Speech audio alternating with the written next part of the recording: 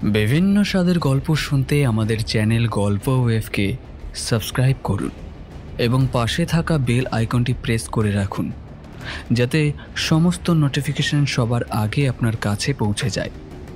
নমস্কার, আমরা টিম গল্প ওয়েভ।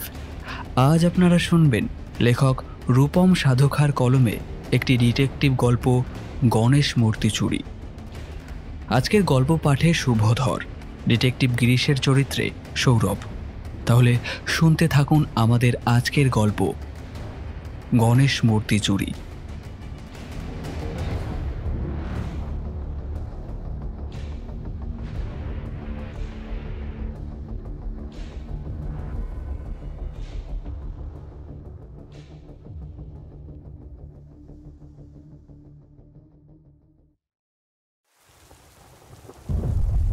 বর্ষার সকালটা কোনো বাঙালিরই পছন্দ হয় না।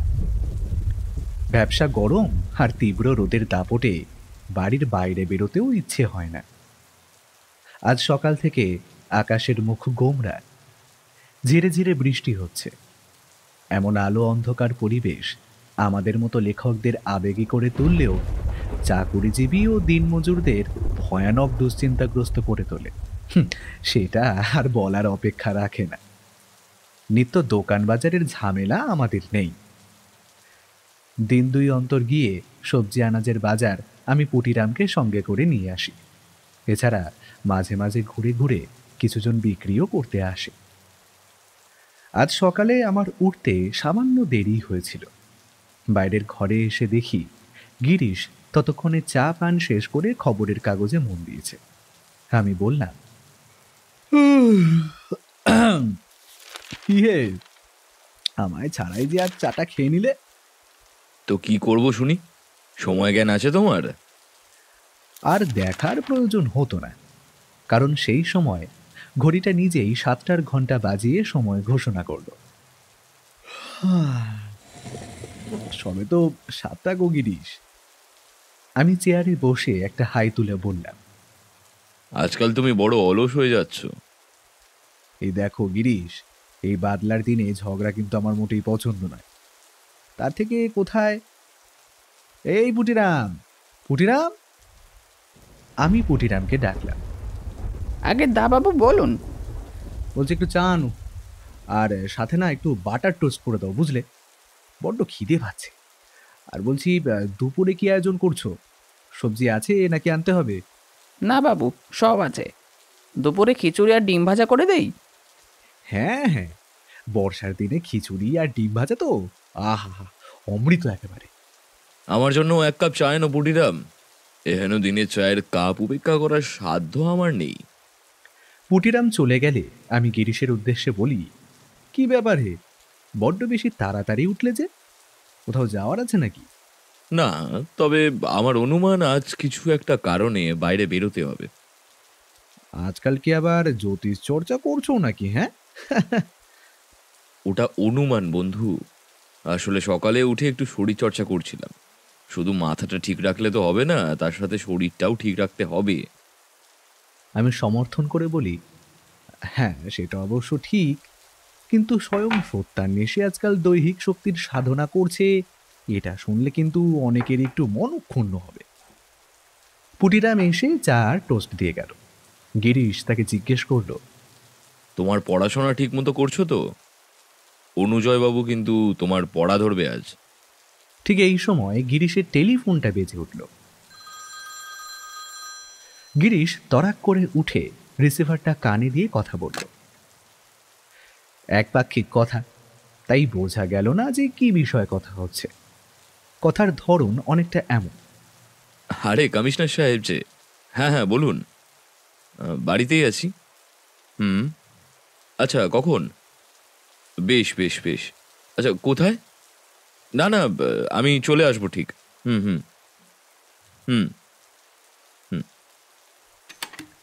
রিসিভার নামিয়ে গিরিশ হাসি মুখে বলল, কমিশনারের তলব, যেতেই হবে। কি হয়েছে, গুরুতর কিছু নাকি? গিরিশ নিজের গলাটা খানিক গম্ভীর করে বলল, তাই তো মনে হচ্ছে। এর জন্য কিন্তু পরোক্ষভাবে ডাক্তারের প্রশংসার প্রাপ্য। কোন ডাক্তার? আরে অনুকূল ডাক্তার, হায় কপাল। অনুজয়, তুমি তো তার বন্ধু ছিলে। বন্ধু? এখনো সিগারেট ধরানোর সময় দেশলাই বাক্স দেখে নিতে হয় যে দেশলাই ঘোড়া মার্কা নাকি সত্যাগ্রহী।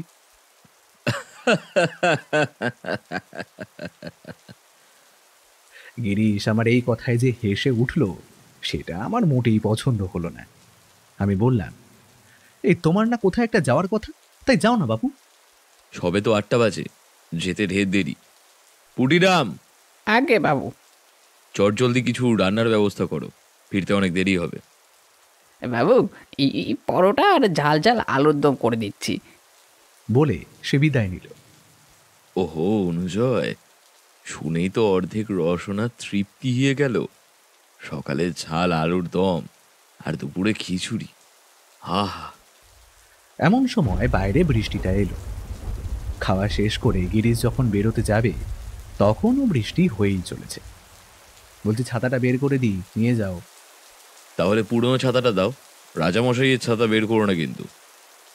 এখানে বলে রাখা ভালো, মহারাজ রমেন্দ্র সিংহের রক্তমুখী নীলা ফেরত দেওয়ার পর প্রতিজ্ঞা অনুযায়ী তিনি গিরিশকে নগদ 2000 টাকা উপহার দেন ও নিজের নামাঙ্কিত 2টি ছাতা আমাদের দুজনকে উপহার দেন। উপহারটা আসলে গিরিশকেই দিয়েছিলেন। আমি যেহেতু তার বন্ধু এবং সহকারী, তাই আমাকেও সেই সম্মান তিনি দিয়েছেন। গিরিশ চলে যাওয়ার পর আমি ব্যালকনিতে দাঁড়িয়ে বৃষ্টি দেখছিলাম।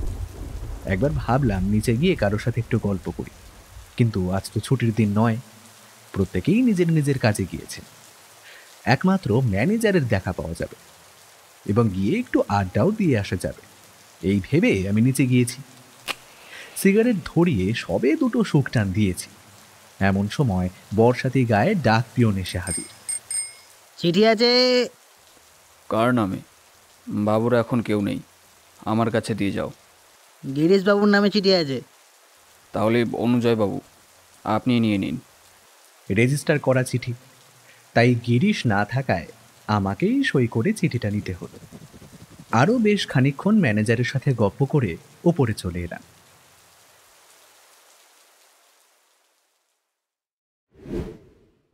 তখন প্রায় বেলা 12টা। গিরিশ এসেই গায়ের ফতুয়াটা খুলে আরামকে দ্বারায় মেলে দিল।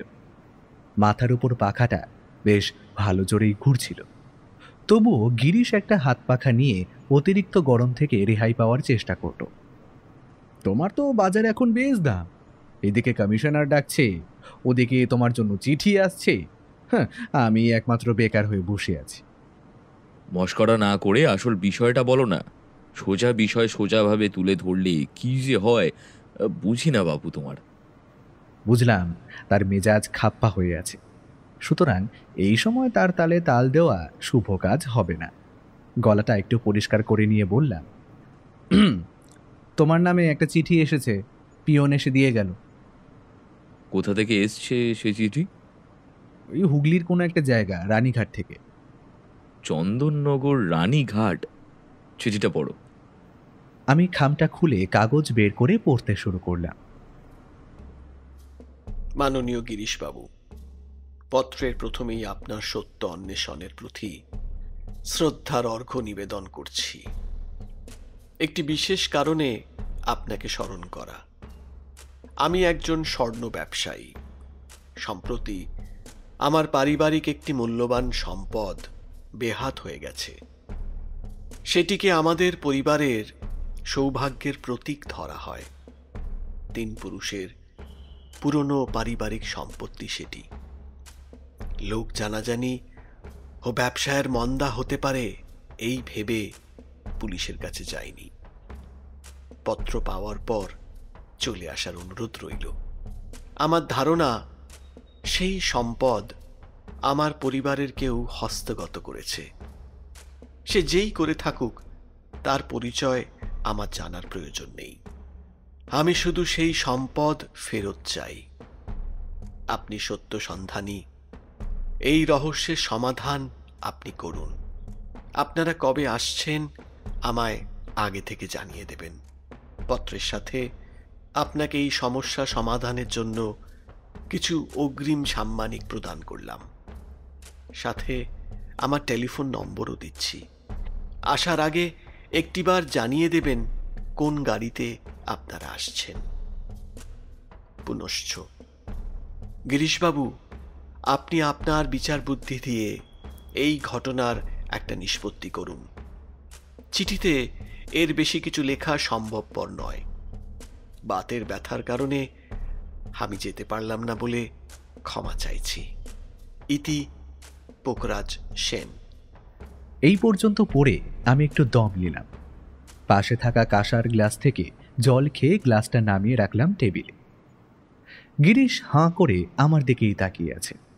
তাকে এইভাবে তাকিয়ে থাকতে দেখে বললাম, কি ভাবছো, যাবে নাকি নতুন কেসে? কমিশনারের কেসটা আমায় বড্ড ভাবাচ্ছে। তার চেয়ে বরং চানটা সেরে আসি, বুঝলে? বড্ড খিদে পাচ্ছে। আমার স্নান আগেই করে নিয়েছিলাম আমি। গিরিশ ফিরলে একসাথে খিচুড়ি খেয়ে একটা জম্পেশ ঘুম দেব এমনই আশা ছিল। খাবার খেতে বসে গিরিশকে জিজ্ঞেস করলাম, বলছি কমিশনার হঠাৎ ডেকে পাঠালো কেন? যাওয়ার সময় একটা সূক্ষ্ম ইঙ্গিত দিলাম, তাও বুঝতে পারলে না? ও আচ্ছা, কিন্তু অনুকূল ডাক্তার আবার কি করলো? সরকারি বাজেয়াপ্ত করা দ্রব্য চুরি করেছিল সে। আমি সেটা ফিরিয়ে দিলাম, মনে নেই? সেটা ফেরত না পেলে তো কমিশনারকে সরকারের পক্ষ থেকে কিরকম চাপ দিত ভেবে দেখেছ? আমি এক টুকরো ডিমের অমলেট মুখের ভেতরে চালান করে বললাম, তাও বটে, তাও বটে। সেই জন্যই উনি নিজের পক্ষ থেকে কিছু পুরস্কার দিলেন আমাকে। কি পুরস্কার? কই দেখালে না তো। এখনো পাইনি, আগে লাইসেন্স হোক, তারপর তো পাবো। হ্যাঁ, পিস্তল? গিরিশ কথার কোনো উত্তর আর করল না। বেশ কিছুক্ষণ নীরবতা বজায় রাখার পর পুনরায় কথা বলি, তা এই চিঠিটা নিয়ে কি ভাবলে গো? কোন চিঠি? ও ও, এই সেনমশাইয়ের চিঠি? হ্যাঁ, ভদ্রলোক তো কত আন্তরিকতার সাথে যেতে বললেন, তুমি যেতে ইচ্ছুক না? গুলি ছোড়ার অভ্যেস করতে গিয়ে বড্ড ধকল গেছে অনুজয়, একটু বিশ্রাম নিয়ে নি, বিকেলে দেখা হচ্ছে। বলে গিরিশ খাবারের টেবিল থেকে উঠে চলে গেল। আমারও খাওয়া হয়েই গেছে, তাই হাত ধুয়ে নিজের ঘরে চলে গেলাম। শ্রাবণের বৃষ্টির ধারা অব্যাহত রইল বিকেল অবধি। আন্দাজ 4:30 নাগাদ বৃষ্টি সম্পূর্ণরূপে থেমে গিয়ে আবহাওয়া পরিষ্কার হলো। দু একটা পাখি জানলায় আশ্রয় নিয়েছিল। বৃষ্টি কমতেই তারাও নিজেদের বাসার উদ্দেশ্যে রওনা হলো। বসার ঘরে তখনও দৈনিক কলকেতু সমহিমায় বিরাজমান। সকালে এই কাগজটা পড়েছিলাম, তবে কিছু অংশ বাকি থেকে গিয়েছিল গিরিশের বিজ্ঞাপন গবেষণার জন্য। আমি গিয়ে বসতেই খানিক পরে গিরিশ এসে বসল। ঘুমের মধ্যে রাত কাবার হয়ে গেল নাকি অনুজয়? আমিও তো তাই ভাবছি। বৃষ্টি থেমে যেতেই আবহাওয়াটা কেমন সকালের মতন হয়ে গেছে, কিন্তু রাত কাবার হয়নি। পুটিরাম, ও হে পুটিরাম, আমাদের জন্য এক কাপ চা দিয়ে যাও। পুটিরামের আসতে খানিক দেরি, তাই আমরা দুজন সিগারেটের টিন থেকে সিগারেট বের করে সিগারেট ধরালাম। বেশ কিছুক্ষণ পর পুটিরাম চা আর নিমকি দিয়ে গেল। আমি গিরিশকে বললাম, ওই চিঠির কথা কি ভাবলে কিছু? কবে যাওয়া হবে আমাদের? চিঠিটা আরেকটা বার পড়তে হবে। তখন তুমি পড়েছিলে ঠিকই, কিন্তু তেমনভাবে আমি শুনিনি। চিঠিটা মন দিয়ে পড়ার পর গিরিশ একটা দীর্ঘশ্বাস ছেড়ে নিয়ে বলল, ভদ্রলোকের বাংলা সাহিত্যের ওপর বেশ দখল আছে বলতে হবে। কত সুন্দর চিঠি লিখেছে দেখেছো? আর কত সুন্দর করে ছোট করে সমস্ত সমস্যা বর্ণনা করেছে দেখেছো? তাহলে কবে যাওয়া স্থির করছো গো? শুভস্য শীঘ্রম, কালকেই রওনা হই। দিন দুয়েকের মামলা বলেই মনে হচ্ছে। বলো কি, তুমি বুঝে গেছো কে চুরি করেছে? তোমার ধৈর্যের বড্ড অভাব। আগে দাঁড়াও, সেন মশাইকে ফোন করি। গিরিশ উঠে গিয়ে টেলিফোনের রিসিভার তুলে চিঠি দেখে নাম্বার ডায়াল করল। কয়েক সেকেন্ড পর ওদিক থেকে ফোন তুললেন সেন মশাই। নমস্কার, আমি কি মাননীয় পোকরাজ সেনের সাথে কথা বলছি? হ্যাঁ, আমি পোকরাজ সেন। তুমি নিশ্চয় গিরিশ। তোমায় তুমি করেই বলছি বলে ভেবো না অসম্মান করছি। তুমি বলার কারণ তুমি আমার ছেলেরই বয়সী। আপনি বুঝলেন কি করে আমি ফোন করেছি? আমি জানতাম তুমি ফোন করবে। যাক, সেসব বাদ দাও। কবে আসছো জানাও। দূরত্ব তো বেশি নয়, অল্প সময়ের মধ্যেই পৌঁছে যাব। কাল সকাল 8টা নাগাদ আমরা ট্রেন ধরবো। বেশ, স্টেশনে আমার একজন লোক থাকবে। বেশ বেশ, তাহলে কাল সকাল 8টা। হ্যাঁ। হুম।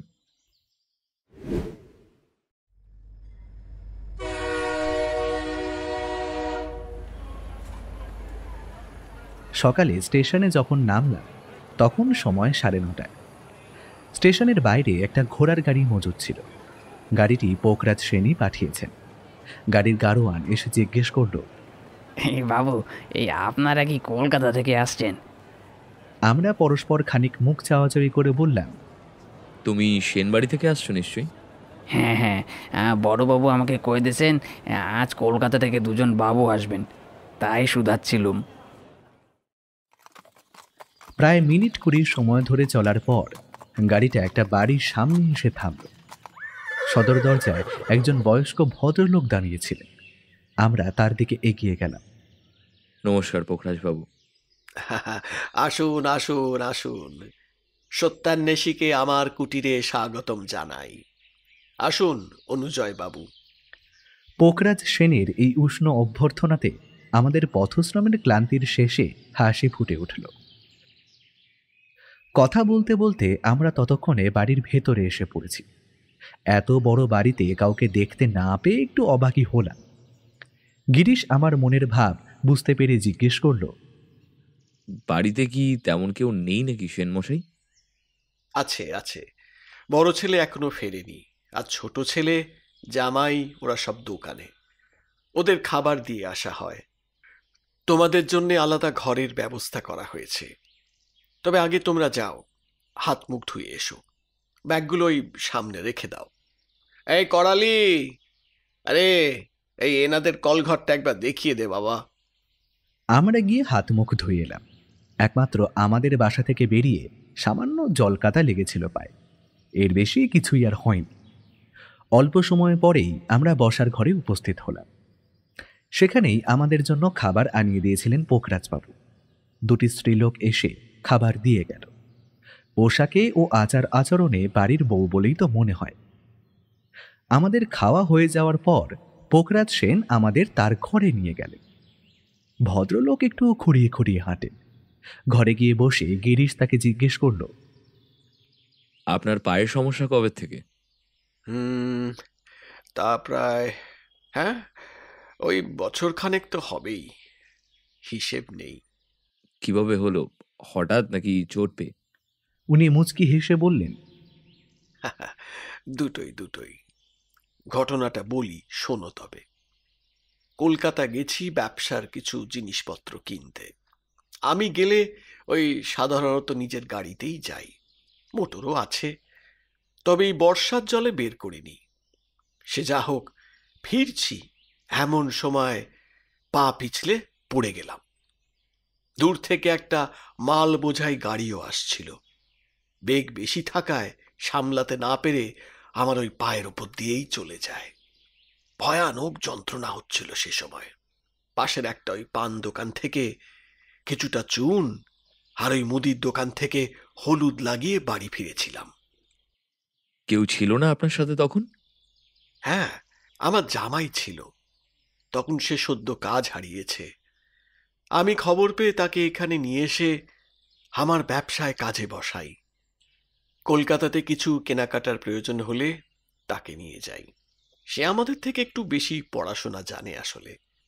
তার উপরে কলকাতাতেই তার বেড়ে ওঠা। আপনার জামাই তো তাহলে আপনার ছেলের মতোই? হ্যাঁ, সে বলতেই পারো। বৌমারাও আমাকে নিজের বাবার মতন সেবা যত্ন করে। আপনি চিঠিতে স্পষ্ট করে তেমন কিছু বলেননি। পুরো ঘটনাটা শুরু করুন। কি সম্পদ চুরি গিয়েছে? একটা গণেশ মূর্তি। গণেশ মূর্তি? সে তো বাজার থেকে আবার কিনে নিলেই হলো। এর জন্য আমার প্রয়োজন? মূর্তিটা আমাদের পারিবারিক ঐতিহ্য। আর মূর্তিটা বড় আশ্চর্যের। এমন মূর্তি যে বহু ভারতে নেই, সে আমি হলপ করে বলতে পারি। এমন কেন বলছেন? কি এমন বিশেষত্ব আছে ওই মূর্তিতে? এমন কোন মূর্তির দর্শন পেয়েছেন যেখানে সোনা রূপোর সাথে হিরে নীলা ও পান্নার দেখা মেলে? বলেন কি? এত কিছু? হ্যাঁ, আমার প্রপিতামহ স্বর্গীয় দুলাল সেন নিজের হাতে তৈরি করেন এই মূর্তি। এমন অদ্ভুত মিশ্রণ কেন এই মূর্তিতে? সেই কারণটা আমার অজানা বলতে পারো, তবে শুনেছি মূর্তিটা প্রথমে সম্পূর্ণ রূপোর তৈরি ছিল। পরে তার ছেলে নিখিলেশ মূর্তিতে সোনার মাথা বসায়। সোনার মাথা কেন? আমার প্রপিতামহ স্বর্গীয় দুলাল সেনের ছেলে অর্থাৎ আমার বাবার এক দুরারোগ্য ব্যাধি হয়। তিনি প্রতিজ্ঞা করেন ছেলে সুস্থ হলে মূর্তিকে সোনায় মুড়ে দেবেন। ছেলে সুস্থ হলে তিনি রূপোর মাথা বদলে সোনার মাথা প্রতিস্থাপন করেন। এই হলো সোনার মাথার ইতিহাস। ঘটনাটা অনেকটা গণেশ ঠাকুরের হাতির মাথার মতো। ওখানে খসে পড়ে গিয়েছিল আর এখানে প্রতিজ্ঞা রাখতে সেটা বদল করা হয়েছে। যাই হোক, মূর্তিটা কোথায় ছিল দেখা যায়? মূর্তিটা বেশ সুরক্ষিত জায়গাতেই ছিল। এমন জায়গা থেকে যে চুরি হতে পারে সেটা আমার ভাবনার অতীত ছিল। আপনার পরিবারের তো কারোর সাথেই দেখা হলো না, তারা ফিরবে কখন? আমার দুই ছেলে, তার মধ্যে বড় ছেলে ডাক্তার হীরক সেন আর ছোট ছেলে চুনিলাল, সে দোকানে থাকে। আরেকটি মেয়ে আছে, ওই জামাইকে নিয়েই এখানে থাকে। আচ্ছা, মূর্তিটা যেখানে ছিল সেই জায়গাটা দেখা যাবে? হ্যাঁ, অবশ্যই, কেন নয়। তাহলে বিকেলে যাব। আর মূর্তিতে কি হিরে জহরত কিছু আছে বলেছিলেন, ওটা কি? আমার দাদু মাঝে একবার গ্রহরত্নের ব্যবসা শুরু করেন। সেই সময় তার হাতে বেশ কিছু ভালো রত্ন আসে। সেই সময় বাজারে চড়া দাম থাকলেও সেগুলো তিনি বিক্রি করেননি। পাথরগুলো তিনি সবসময় তার টাকা রাখার বাক্সে ভরে রাখতেন। একসময় কি হয়, সেই রত্নগুলো হারিয়ে যায়। অনেক খুঁজে দেখেন সেটা হিসেবের খাতার মধ্যে রাখা। হিসেবের খাতা দেখত তারই এক বন্ধু, স্থানীয়। অত মূল্যবান পাথরের ওপর সকলেরই আসক্তি জন্মাবে। তাই তিনি ভাবলেন এমন স্থানে সেগুলো রাখবেন যাতে রোজ সেটা তিনি দেখতে পান। কোনো গুপ্ত স্থানে রাখলে সেটা তো আর রোজ পরিদর্শন করা যায় না, আর গুপ্ত স্থান গুপ্তও থাকে না। তাই আর অন্য কোথাও না রেখে মূর্তিতে স্থাপন করার চিন্তা করেন। তাহলে সব শুদ্ধ মূর্তির দাম তো বেশ অনেক টাকা হবে। আমার এহেন কথায় দুজনে অবাক হয়ে আমার দিকে তাকালো। সে হতে পারে, অন্তত 400-450 গ্রাম ওজনের মূর্তি। শুনেছি শুধু মাথার ওজন প্রায় ওই 200 গ্রাম। আজকালকার সোনার দাম কিভাবে বাড়ছে সেই পরিপ্রেক্ষিতে বিচার করে একবার দেখুন। যদিও আমরা কখনোই সেই মূর্তির দাম নির্ণয় করার চেষ্টা করিনি। উনি আমাদের গৃহদেবতা। কখন জানতে পারেন চুরি হয়েছে? সকালে সাধারণত আমি দোকানে যাই না, যায় আমার ওই ছোট ছেলে আর জামাই বিমল। দোকানে গিয়ে তারাই আবিষ্কার করে মূর্তি নেই। দোকানের টেলিফোন থেকে বাড়িতে ফোন করে আমাকে সমস্ত জানায় ওরা। আমি সেই মুহূর্তেই বাড়ি থেকে বেরিয়ে দোকানে পৌঁছই।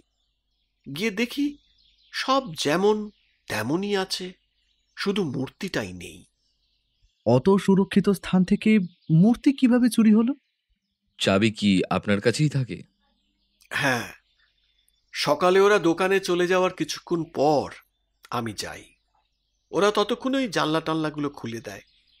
আমি গিয়ে চাবি খুলে গণেশকে ধূপ দিয়ে আরাধনা করি, কিছু মিষ্টি পুজোর ভোগ হিসেবে দিই। মিনিট খানেক পর সেই প্রসাদ আমরা সকলে অল্প অল্প করে গ্রহণ করি, আর পুনরায় মূর্তিকে তালা বন্ধ করে রাখা হয়। চাবি সঙ্গে সঙ্গে আমি নিয়ে চলে আসি। আচ্ছা, এমন কি হয়েছে কোনোদিন চাবি আপনি অন্য কাউকে দিয়েছেন? দিলেও সেটা কেউ খুলতে পারবে না, কারণ চাবি থাকে একটা আলাদা বাক্সে। সেই বাক্স খোলার জন্য আবার একটা অন্যরকম তালা খুলতে হয়। টেলিফোনে যেমন ওই ঘুরিয়ে ঘুরিয়ে নম্বর ডায়াল করা হয়, ঠিক তেমনি সেই তালা ঘুরিয়ে ঘুরিয়ে নম্বর সাজিয়ে তারপর খুলতে হয়। নম্বরটি সঠিকভাবে সাজানো হলে তবেই তালা খোলে। এই নাম্বারটি কেবল আপনিই জানেন? আপনার বাড়ির আর কেউ কি না না না, এই নম্বর আমি ছাড়া আর কেউ জানে না। আপনি বোধহয় নাম্বারটা আপনার বাবার কাছ থেকেই জেনেছিলেন? তিনি যখন দোকানে একদমই যেতে সক্ষম ছিলেন, খুব সম্ভবত তখনই বলেছিলেন কথাটা আমায়। এই সময় বড় ঘড়িতে শব্দ করে 1টা বাজল। সাময়িক স্থবিরতা আমাদের সকলের মধ্যে। নিস্তব্ধতা কাটিয়ে ঘরে প্রবেশ করলেন পোখরাজ সেনের স্ত্রী। আপনি অতিথিদের স্নান করে নিতে বলুন, খাবার সম্পূর্ণ হয়েছে। হ্যাঁ হ্যাঁ, বলছি বলছি। কাকুলি ফিরেছে? না, এখনো ফেরেননি। এই হলো ঘটনা গিরিশবাবু। এরপর কি করব আমি কিছুই বুঝতে পারছি না। সেদিন বাড়িতে কারা ছিল আর তার আগের দিন কারা ছিল সেগুলো জানতে হবে পোখরাজবাবু। আজ যাদের দেখলেন তারাই ছিল, আর ওই আমার মেয়েও ছিল। একটা কথা বলছি, কিছু মনে করবেন না। আপনার কি একটি নাতি মেয়ের পক্ষের? আর আপনার ছেলেদের সন্তানাদি কিছু হয়নি? না না, ওই বড় ছেলের একটি মেয়ে, একটি ছেলে। ওই সেও তার বাবার মতন ডাক্তারি পড়ছে, আর ছেলেটা মিশনে থেকে পড়াশোনা করে। ছোটর একটি ছেলে, সে শহরের একটি স্কুলে শিক্ষকতা করে, এখানে আসে সপ্তাহে একবার করে। এখন তাহলে এইটুকুই থাক। বিকেলে না হয় মূর্তি স্থানটা দেখে আসবো, আর বাড়ির সকলের সাথে একবার কথা বলতে হবে, বুঝলেন? না হলে বোঝা যাচ্ছে না কিছুই।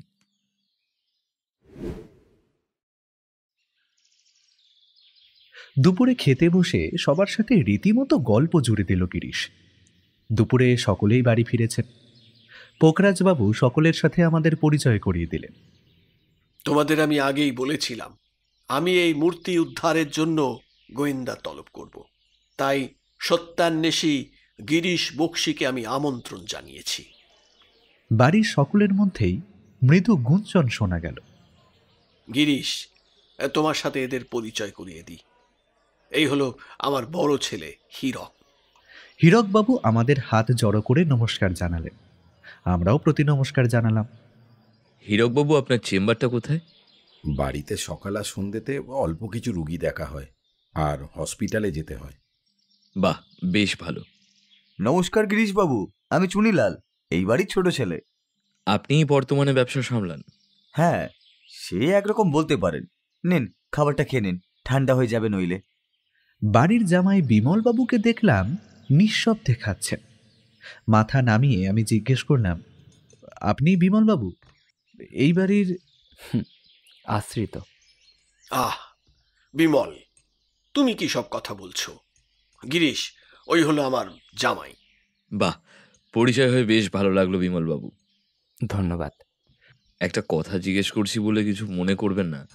সংসারের সমস্ত খরচ আপনার বাবা দেন? আপনাদেরও কিছু ভূমিকা রয়েছে নিশ্চয়ই? আমাদের কিছুই দিতে হয় না আলাদা করে, সব ব্যবসা থেকেই আসে। তবে ব্যবসা থেকে আর কতদিন চলবে সেটা জানা নেই। শুনেছেন তো নিশ্চয়ই যে আমাদের পারিবারিক ওই মূল্যবান সম্পদ হারিয়ে গেছে। গণেশ মূর্তিকে তো দেবতা জ্ঞানে পুজো করতেন, তার সাথে ব্যবসায় মন্দা। আসলে এই সব লোকাচার সংস্কৃতিগুলো আমি ঠিক হজম করতে পারি না। গিরিশের এই কথায় বাড়ির অন্যরা সহ পোখরাজ সেনও আমাদের দিকে তাকাল। গিরিশ যেন এক মহা ভুল করে ফেলেছে, সেটাই যেন মনে হচ্ছে। আমি কি ভুল কিছু বলে ফেললাম? না, মানে ওটা আমাদের ব্যবসার সৌভাগ্যের প্রতীক, তাই সেটা চুরি হওয়া মানে তো। ভাই, অত ভাবিস না, যা হবার হয়ে গিয়েছে। মূর্তি কখনো সৌভাগ্য আনতে পারে না। আসল ব্যাপারটা হলো পরিশ্রম। আমাদের পূর্বপুরুষ থেকে শুরু করে তুই জামাইবাবু যেভাবে পরিশ্রম করিস, তাতে সাফল্য আসতই। হ্যাঁ হ্যাঁ, সে তো অবশ্যই। তবে অমন একটা মূর্তি চুরির কোনো সুরাহা তো হলো না। আসলে বাবা চান না এটা নিয়ে কোনো লোক জানাজানি হোক, তাই তো পুলিশকেও খবর দেওয়া হয়নি, শুধুমাত্র আপনাদেরকেই তাই খবর দিয়েছে। কে নিতে পারে বলে আপনার মনে হয়? এমন সময় বাইরে একটা মৃদু চিৎকারের শব্দ শোনা যায়। দেখলাম ঘরে দুজন ব্যক্তি অনুপস্থিত। কোথায় গেছিলে? কি হলো? কোনো উত্তর দিচ্ছ না কেন? কাউকে কিছু না জানিয়ে কোথায় গেছিলে তুমি? কাউকে কিছু না জানিয়ে কোথায় গেছিলি? কি হলো? কোনো উত্তর দিচ্ছ না কেন? ছেলের কাছে গেছিলাম। পোখরাজ সেন ও তার স্ত্রীর সাথে আরও একটি কণ্ঠস্বর শোনা যাচ্ছে। ততক্ষণে আমাদের সকলের খাওয়া শেষ। হাত ধুয়ে বাইরের ঘরে এসে দেখি, কার অনুমতি নিয়ে তুমি ওই কুলাঙ্গারের কাছে গিয়েছিলে? নিজের ছেলের কাছে যেতে হলে অনুমতি নিতে হয়, সেটা তো জানা ছিল না। নিতে হবে, অবশ্যই নিতে হবে। তুমি আমার বাড়িতে থাকছো, যখন তখন এই বাড়ি থেকে বেরিয়ে যেতে পারো না। বেরিয়ে যেতে হতো না যদি না তাকে তাড়িয়ে দিতে। সে যা দুষ্কর্ম করেছে তার এই বাড়িতে ঠাঁই হবে না। নিজের বংশের কাউকে থাকতে দেবে না, অথচ অন্যদের পুষতে তোমাদের কোনো অসুবিধে নেই, তাই তো? গিন্নি, তুমি মেয়েকে ঘরে নিয়ে যাও, বাড়িতে অতিথি রয়েছে। বাহ, বাড়িতে অতিথিও এসেছে, ভালো তো, তারা জানুক। কাকলি, ঘরে যাও। মূর্তিটা কে চুরি করেছে বলে মনে হয়? ধুস, এভাবে বলা যায় নাকি? দাও তো, একটা সিগারেট দাও। মাথার মধ্যে সব জোর পাকিয়ে যাচ্ছে। আচ্ছা গিরিশ, ওই বিমল বাবুটাকে তোমার কেমন বলে মনে হলো? তুমি ওনাকে দোষী ঠাউরেছ নিশ্চয়ই। না মনে করার কি আছে, চাকরি নেই, শ্বশুরের ব্যবসায় বসছে, মূর্তিটা নিয়ে ভালো দাম পেয়েছিল তাই বিক্রি করে দিয়েছে। আর ছেলে তো কি একটা কুকীর্তি করেছে, বুড়ো তো তার উপর ক্ষুব্ধ, তাই বুড়োকে শাস্তি দিতে হয়তো সে মূর্তিটা চুরি করেছে। ভেবেছ ভালোই, কিন্তু এখনই কেন? এমন সময় বাইরে ঝমঝম করে বৃষ্টির শব্দ হলো। সকালে আসার সময় বগলদাপা করে দৈনিক কালকেতুটা নিয়ে এসেছিলাম। বাড়িতে পড়ার সময় হয়নি। আবহাওয়া বিশেষজ্ঞরা বলেছেন এখন বেশ কিছুদিন আকাশ মেঘলা আর অল্প বিস্তর বৃষ্টি হবে। এই সমস্যা যে কবে কাটবে সেই বিষয়ে যদিও তাদের কোনো উচ্চবাচ্য নেই। দক্ষিণের খোলা জানলা দিয়ে বৃষ্টির হাওয়া এসে ঘরটা শীতল করে দিচ্ছে। ওই ছেলেটি কি যেন একটা দুষ্কর্ম করেছিল। কার ছেলে? গিরিশকে বেশ খানিকক্ষণ চুপ থাকতে দেখে আমি একটা নতুন গল্পের প্লট ফাঁদছিল। আচমকা এই প্রশ্নে খানিকটা থতমত খেয়ে গিয়েছিলাম। আরে, মেয়ের পক্ষের ছেলেটা কি যেন নাম বলেছিল বুড়ো? সম্ভবত নির্মল। কেন, সে চুরি করলো নাকি? এই জন্য না, সবেতে তোমার ধৈর্যের অভাব বড়। একটা জিনিস ভেবেছি, এর মধ্যে একটা উল্টো পাল্টা কথা বলে পুরো বিষয়টা ঘুরিয়ে দিলে। যাকে সেসব কথা, চলো একটু ঘুমিয়ে নিই, বিকেলে আবার মূর্তির স্থান দেখতে যেতে হবে। বিকেল আন্দাজ 4:30 নাগাদ আমরা দোকানের উদ্দেশ্যে রওনা দিলাম। খানিক দূরেই দোকান, আন্দাজ 250 মিটার হবে। দোকানটা আমার ভাষায় অতীব সুন্দর। জনাতিনে কর্মচারী কাজ করছে। কেউ খরিদ্দারের জন্য নতুন গহনার ক্যাটালগ বের করছে, কেউ বিভিন্ন দ্রব্য বানাতে ব্যস্ত। বেশ খানিকটা জায়গা জুড়ে দোকানটা। দোকানের ভেতরে মালিকপক্ষ নিজেদের থাকার জন্য একটা ঘর করেছিল। সেই ঘরে আমাদের বসিয়ে বিমলবাবু লস্যি আনতে গেল। এখানকার লস্যি নাকি বড়ই স্বাদের। বিমলবাবু চলে গেলে ঘরে কেবল আমরা 4 জন, গিরিশ, আমি, পোখরাজ সেন আর চুনিলাল সেন। বাবা, আপনি যে চুরির তদন্তে গিরিশবাবুকে নিয়ে আসবেন সেটা জানালে কি আমি আপত্তি করতাম? পোখরাজবাবু চুপ করেই রইলেন। এমন সময় বাইরে পায়ের শব্দ পাওয়া গেল। বিমলবাবু ফিরে আসছেন। গিরিশের কথার সত্যতা প্রমাণ করতে বিমলবাবু ঘরে এসে ঢুকল। একটা ট্রেতে করে 5টা গ্লাস ভর্তি লস্যি নিয়ে ঢুকল। আমরা প্রত্যেকে সেই লস্যি শেষ করলাম। সেনমশাই, মূর্তি যেখানে ছিল সেই জায়গাটা দেখা যাক। আমি নিয়ে যাচ্ছি, আসুন। আমি তাহলে কাউন্টারে গিয়ে বসি, আজ ভিড়টা একটু বেশি। আপনি জানতেন আমরা আসবো? হ্যাঁ, খানিকটা আন্দাজ করেছিলাম। আমাদের দুজনকে চুপ করে থাকতে দেখে চুনিলাল বাবু আবার শুরু করলেন। আরে অনুজয় বাবু, আপনারা এটা ভাবছেন তো আমি আপনাদের কিভাবে চিনলাম? আপনাদের জিনিসপত্রের সাথে মহারাজ রমেন্দ্র সিংহের নাম লেখা দুটো ছাতা দেখেই প্রথমে সন্দেহ হয়। আর আপনাদের ঠিকানা যে বাবা আমার ডায়েরি থেকে নিয়েছিল সেটাও আমি জানি। কি করে বুঝলেন? চুনের দাগ থেকে। ও তার আগে বলে রাখা দরকার, আমি কিন্তু অনুজয়বাবুর লেখার বড় ভক্ত। চুরি হওয়ার পর ভেবেছিলাম একবার আমি আপনাদের এই তদন্তের ভার দেব। আপনার প্রকাশকের থেকে অনেক কষ্টে ঠিকানা জোগাড় করেছিলাম। সে যাই হোক, বাবা আমার ইচ্ছে পূরণ করেছে। আমি ডায়েরিটা হাতে নিতেই চুনের খসখসে ভাব লক্ষ্য করি। তারপরেই ঠিকানা বাবা আমারই ডায়েরির শেষ পাতায় লিখে ঠিকানা নিয়ে চলে যান। নিচের পাতার ছাপ ও হাতের লেখার কৌশল দেখে আমি সবই বুঝতে পারি। পোকরাজবাবু, সত্যিই বলছি, চুনিলাল বাবুর ইন্টেলিজেন্সি পাওয়ার যথেষ্ট ভালো। উনি নিজেই এর তদন্ত করতে পারতেন, আমার প্রয়োজন পড়তো না। এমা, এসব কি বলছেন? আমি একটুখানি ধরেছি, সম্পূর্ণটা তো আপনিই পারবেন। আর আমি যেটুকু পেরেছি সেটা কেবল আপনার তদন্তের গল্প পড়ে। কথা বলতে বলতে আমরা সেই মূর্তি রাখার বেদির কাছে পৌঁছে গেলাম। দেওয়ালের সাথে মজবুত ইস্পাত দিয়ে বানানো একটা বেদি, সামনে কাচের দরজা। পোকরাজবাবু পকেটে হাত ঢুকিয়ে সেই বাক্সটি বের করলেন। চশমা রাখার বাক্সের থেকে লম্বায় খানিকটা ছোটই হবে। এক হাত দিয়ে চাপা দিয়ে তিনি বাক্স খুলে চাবি বের করলেন। অতঃপর চাবি দিয়ে কাঁচের ব্লকটা সরানো হলো। কি হে গিরিশ, কি বুঝছো? সেনমশাই, আমার সবার সাথে কথা বলতে হবে, আর কয়েকটা জিনিস নিয়ে আমার দ্বন্দ্ব মনে রয়েছে। আপনার এখানে কতজন কর্মচারী কাজ করে? 3 জন, প্রত্যেকেই খুব বিশ্বাসী। তাছাড়া ওরা ওই নাম্বার জানে না। সন্ধ্যাবেলা বসার ঘরে চায়ের আসর বসেছে। কর্মচারীদের ওপর দোকানের দায়িত্ব তুলে দিয়ে চুনিলাল ও বিমলবাবু বাড়ি চলে এসেছে। হীরককে ডেকে আনা হয়েছে। সন্ধ্যা 7টা বাজতেই গিরিশ তার কাজ শুরু করে দিল। আপনারা সকলেই জানেন আপনাদের পরিবারের একটি মহামূল্যবান সম্পদ চুরি হয়ে গিয়েছে দোকান থেকে। সেই সম্পদ উদ্ধার করার দায়িত্ব পোকরাজবাবু আমায় দিয়েছেন। প্রথমে আমি পোকরাজবাবুর সঙ্গে কথা বলে নিতে চাই। আপনারা সকলে এই ঘর থেকে এখন যান। অনুজয় আপনাদেরকে ডাকবে। পোকরাজবাবু বাদে বাকি সকলেই ঘর থেকে চলে গেলেন। আমায় গিরিশের সাথে বসে থাকতে দেখে পোকরাজবাবুর সামান্য ভ্রুকুঞ্চন হলো। আপনাকে নতুন করে কি বলবো? ও যে আমার সহকারী এবং বন্ধু। অন্যান্য সমস্ত কেসের মতোই ও আমার সাথে থাকবে। বেশ, তোমার প্রশ্ন শুরু করো। চুরিটা আজ থেকে ঠিক কতদিন আগে ঘটে? 7 দিন। তার আগের দিন দোকান কে বন্ধ করেছিল এবং কখন? সাধারণত রাতে ওই 8:30টার দিকে দোকান বন্ধ হয়ে যায়। এরপর আর লোকজন হয় না। তাছাড়া বৃষ্টির দিন, তাই সেদিন ওই 8টার সময় দোকান বন্ধ হয়ে গেছিল। চুনিলাল দোকান বন্ধ করে দিয়ে আসে। পরদিন সকালে দোকানে গিয়ে দেখতে পান মূর্তি নেই। ঠিক বলছি তো? হ্যাঁ, দোকান থেকে ফোন করেছিল, তখনই জানতে পারি। ফোন কে করেছিল, চুনিলাল নাকি বিমলবাবু?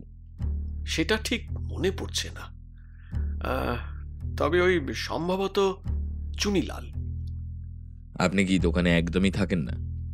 না, তোমাকে তো বলেছিলাম আমি ওই অল্প সময়ই থাকি।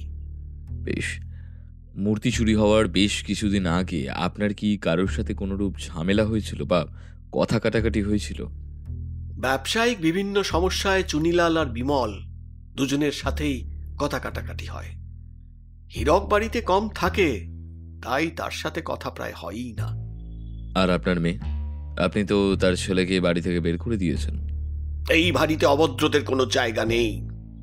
যেদিন থেকে তাকে বের করে দিয়েছি তারপর থেকেই আমার উপর ওর রাগ। এবার আপনি আসুন। অনুজয়, হীরক বাবুকে নিয়ে আসো। আমার থেকে আবার আপনার জানবার কি আছে? আমি ব্যবসায় থাকি না শুধু শুধু। আমায় ডেকে আমার সময় অপচয় করছেন।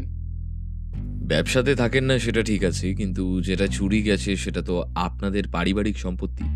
সেই চুরির নিষ্পত্তি আপনি চান না? সেটা নিয়ে আমার কোনো মাথা ব্যথা নেই। আমি ডাক্তার, রুগী সেবা করাটাই আমার কাজ। একটা মূর্তি চুরি হলো, সেটা পারিবারিক না ব্যবসায়ী সেটা জানার আমার কোনো ইচ্ছে নেই। আচ্ছা বেশ, আজ কোথায় রুগী দেখতে যাওয়া ছিল? পাশেই একটা শহরে। কিসের চিকিৎসা করেন আপনি? সব ধরনেরই, তবে লেগে যাওয়া ভাঙা এই ধরনের রোগী বেশি আসে। দেখুন, আমি কাউকে চোর বলছি না, আমি কেবল সত্যটা জানতে চাইছি এবং আপনার বাবাকে সেই মূর্তিটা ফেরত দিতে চাই। জানি না সে মূর্তি এখনো আছে কিনা। সেই মূর্তি আবার যাবে কোথায়? নিশ্চয়ই ওদের দুজনেরই কেউ চুরি করেছে। আপনার ভাই আর বিমল বাবুর ওপর সন্দেহ করেন আপনি? তাছাড়া আর কে করতে পারে? কাজের লোকেরা ওই নম্বর জানে না। সেই নাম্বার তো ওদের জানার কথা নয়। তা আপনার স্ত্রীকে দেখলাম, অথচ আপনার ছেলে মেয়েদের দেখলাম না। তারা কি কোথাও? আমার ছেলে কলকাতায় পড়াশোনা করে, মাসে একবার করে আসে। কি নিয়ে পড়াশোনা করে? আপনার মতো ডাক্তারি? হ্যাঁ, ছোট থেকেই তার শখ ছিল ডাক্তারি করবে। বাহ, বেশ ভালো। হীরকবাবু কোনো উত্তর করলেন না। কি বলবেন তা ভেবেও পেলেন না। আদেও এই কথার কোনো উত্তর কি হয়? গিরিশ হাতঘড়ির দিকে তাকিয়ে বলল, আচ্ছা, আপনি আসুন, আর আপনার ভাইকে পাঠিয়ে দিন। চুনিলাল এসে বসে বলল, বলুন গিরিশবাবু, আপনি কি জানতে চান? আপনার সব কাজ কি বাবার কাছেই শেখা? না, আমি 1 বছরের জন্য পশ্চিমে গিয়েছিলাম। আপনি বাইরে গিয়ে কিসের কাজ শিখেছিলেন? কিসের আবার? ওই সোনা গলানো, নতুন নকশা তৈরি, এইসবই। আপনার বাবা দাদু তো স্বর্ণকার ছিলেন, আপনাকে বাইরে গিয়ে কাজ শিখতে হলো কেন? সেই সময় অনেকেই সোনার কাজ শেখার জন্য পশ্চিমে যেত, বোম্বে, রাজস্থান। সত্যি বলতে আমি নতুন কিছু চেষ্টা করতে চেয়েছিলাম, তাই আর কি। বেশ, এবার বলুন তো, যেদিন চুরি হয় তার আগের দিন রাতে তো আপনি দোকানেই ছিলেন। আগে হ্যাঁ, জামাইবাবুর সাথে দিদির সামান্য কথা কাটাকাটি হয়েছিল, তাই আর দোকানে যায়নি। আপনি যখন দোকান বন্ধ করছিলেন তখন মূর্তিটা বেদিতে ছিল? বাবা তো তালা বন্ধ করে দিয়েছিলেন, তাই আর দেখার প্রয়োজনও পড়েনি। আপনার দাদার ছেলে তো ডাক্তারি পড়ছে, কলকাতাতে থাকে। আপনার ছেলেকে দেখলাম না। সে বেলঘড়িয়া রামকৃষ্ণ মিশনে শিক্ষকতা করে। বাহ। আচ্ছা, পরদিন সকালে যখন গিয়েছিলেন তখন কি দেখেছিলেন? সবই ঠিক। গিয়ে আমরা প্রথম দিন সকালে ভগবান গণেশকে প্রণাম জানিয়ে কাজ শুরু করি। সেদিন আমি আর বিমলদা প্রণাম করতে গিয়ে দেখি বেদির কাঁচের জানালা খোলা। আচ্ছা, এই কাঁচের জানলা যে কেউ ভেঙে দিতে পারে? না, পারে না। কেন? আপনি হয়তো ভালো করে খেয়াল করেননি যে কাঁচের জানালাতে পাত দিয়ে উপর তার জড়ানো, আর সেই তারে হাত পড়লেই সে বিদ্যুৎস্পৃষ্ট হবে। বৈদ্যুতিক সংযোগ আছে যে একমাত্র চাবিটা খোলা হলেই সংযোগ বিচ্ছিন্ন হয়। এই বুদ্ধিটা কে দিয়েছিল? বেশ দারুণ বুদ্ধি তো। আমার ভাইপো।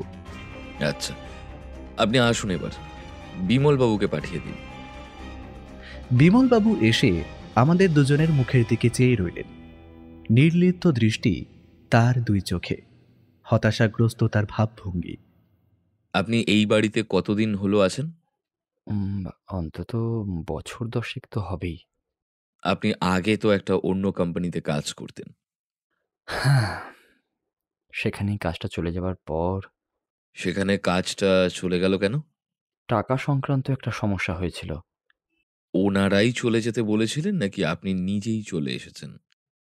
আমাদের বাঙালিদের আত্মসম্মানটা বড্ড বেশি, কিন্তু দেখবেন সেখানেই বারবার আঘাত করা হয়।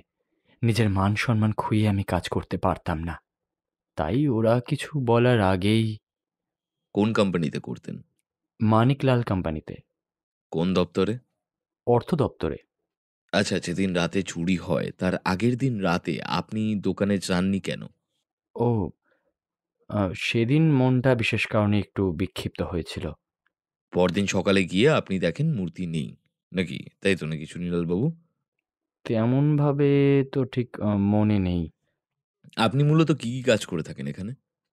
বিভিন্ন রকম করতে হয়। ক্যাশ কাউন্টারে বসা, গয়নার নকশা তৈরি, এইসবই। আপনার কখনো এই মূর্তির ওপর লোভ হয়নি? গিরিশবাবু, আপনি হাসালেন। ওই মূর্তির ওপর লোভ করেও কি কিছু হবে? সেটা তো নাম্বার দিয়ে তালা বন্ধ। তার মানে আপনার ইচ্ছে ছিল ওই মূর্তিটা নেবার, তাই তো? বাবা ওই মূর্তি কারো হাতে দিতেন না, তাই প্রত্যেকের ইচ্ছে ছিল সেটা হাতে নিয়ে একবার দেখার। আচ্ছা, আপনি পরবর্তীতে অন্য কোথাও কাজের চেষ্টা করেননি? ইচ্ছে ছিল, কিন্তু করা হয়নি। এখানে থাকলেই আমার স্ত্রী তার বাবা মায়ের সাথে থাকতে পারবে। আমিও ওনাদের মধ্যে নিজের বাবা মাকেই খুঁজে পেয়েছি। আমিও একটা পেয়েছি পরিবার। কর্মচারীদের মধ্যে কেউ এই মূর্তি চুরি করতে পারে? একদমই না। তার 2 চোখে নির্লিপ্ত দৃষ্টি, আর তার ভাবভঙ্গি হতাশাগ্রস্ত।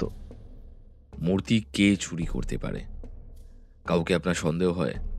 আগের দিন রাতে তো চুনিলাল দোকান বন্ধ করেছিল, সে কি মূর্তি চুরি করতে পারে? দেখুন, আমার তো মনে হয় না, কারণ বাবার অবর্তমানে এই ব্যবসার মালিক সেই হবে, তাই অবান্তর এই মূর্তি চুরি করে তার লাভটা কি বলুন তো? আর আপনার? আমার কি লাভ থাকতে পারে? আর আমি মূর্তি চুরি করতে যাবই বা কেন? আর চাইলেই সেটা তো চুরি করা যায় না, যদিও বাড়ির সকলে ভাবে আমি মূর্তি চুরি করেছি। আচ্ছা, আপনি আসুন, আর আপনার স্ত্রীকে পাঠিয়ে দিন, তাকে কিছু প্রশ্ন করার আছে।